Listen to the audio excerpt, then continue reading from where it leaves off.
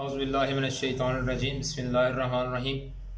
दोस्तों, uric acid क्या होता है, यूरिक एसिड का जिस्म में काम क्या है, यूरिक एसिड की बीमारी से कौन से अमराज जन्म लेते हैं, कौन सी चीज़ें मुतासर होती हैं, ये किस तरह बनता है, इसका यूरिक एसिड का जिस्म में काम क्या है और इसकी वजूहात क्या है, इसकी अलामत क्या हैं और इसका इलाज क्या है और इसका परहेज़ क्या है। बिस्मिल्लाहिर्रहमानिर्रहीम। अस्सलाम वालेकुम दोस्तों, मैं हूं डॉक्टर खालिद जोया। आप मेरा हेल्दी लाइफ चैनल देख रहे हैं। दोस्तों, हेल्थ के हवाले से मुफीद मशवरे आपकी खिदमत में पेश करता रहता हूं। दोस्तों, आज की जो बीमारी है वह है यूरिक एसिड।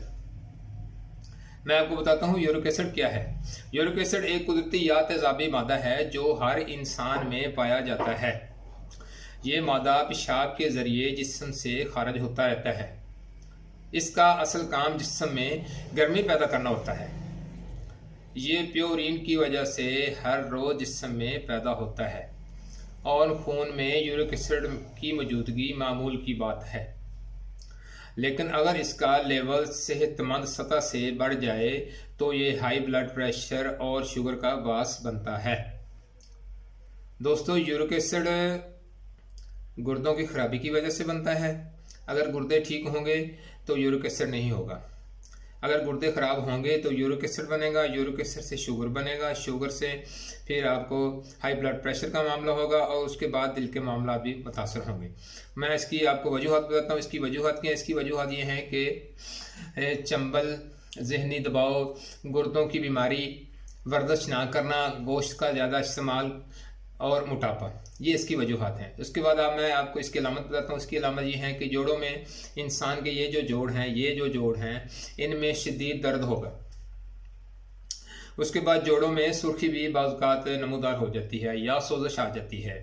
गैंठिया का दर्द हो जाता है, जोड़ों में खिंचाव आ जाता है, यानी कि ये जोड़ खिंच जाते हैं, ये हरकत नहीं कर सकते। अब मैं इसके चलता हूँ कि आपको लेवल बताता हूँ कि मर्दों में शुगर का लेवल क्या है। मर्दों में 3 से 7 मिलीग्राम यूरिक एसिड का लेवल होता है और औरतों में 2 से 6 मिलीग्राम। अगर इसे तजावज़ कर जाए तो उस बंदे को यूरिक एसिड की बीमारी लाहक हो गई है। तो इसका इलाज मैं आपको बताता हूँ कि आपने क्या करना है कि एक आपने लेना है आलू, एक प्याज लेना है, एक खीरा लेना है और एक लहसुन लेना है। उसके बाद आपने एक अंजीर, एक चम्मच सौंफ, उसके बाद एक चम्मच सौंफ का बता दिया, अदरक का 1 इंच का टुकड़ा और 1 गिलास पानी। इन तमाम चीज़ों को जूसर में डालकर आप जूस बना लें। 10 दिन खाली पेट इस्तेमाल करें, 5 दिन का वक्फा इसमें डालें, उसके बाद 10 दिन फिर इस्तेमाल करें। उसके बाद टेस्ट करवाएं, इंशाल्लाह आपको रिजल्ट 100% मिलेंगे। अब मैं आपको इसका आसान परहेज़ बताता हूँ कि आपने क्या करना है कि खुश्क फलियाँ नहीं खानी, मटर नहीं खाने, गोश्त नहीं खाना, गोभी नहीं खानी, कोल्ड ड्रिंक्स इस्तेमाल नहीं करना, दालें इस्तेमाल नहीं करना। वर्जिश करें, वाक करें, सुबह जल्दी उठें, नमाज अदा करें, अल्लाह का जिक्र अदा करें और अल्लाह से अपनी सेहत की दुआ मांगे, अपने सब भाइयों के लिए सेहत की दुआ मांगे। दोस्तों, उम्मीद करता हूँ मेरी वीडियो आपको पसंद आएगी। अगर मेरी वीडियो आपको पसंद आए तो इसे अपने दोस्तों के साथ लाइक करें, शेयर करें, बेल आइकन को प्रेस करें ताकि फ्यूचर में आपको नोटिफिकेशन मिलते रहें। दोस्तों, अपना ख्याल रखें, अपने प्यारों का ख्याल रखें। मिलते हैं नेक्स्ट वीडियो के साथ, तब तक अल्लाह हाफिज़।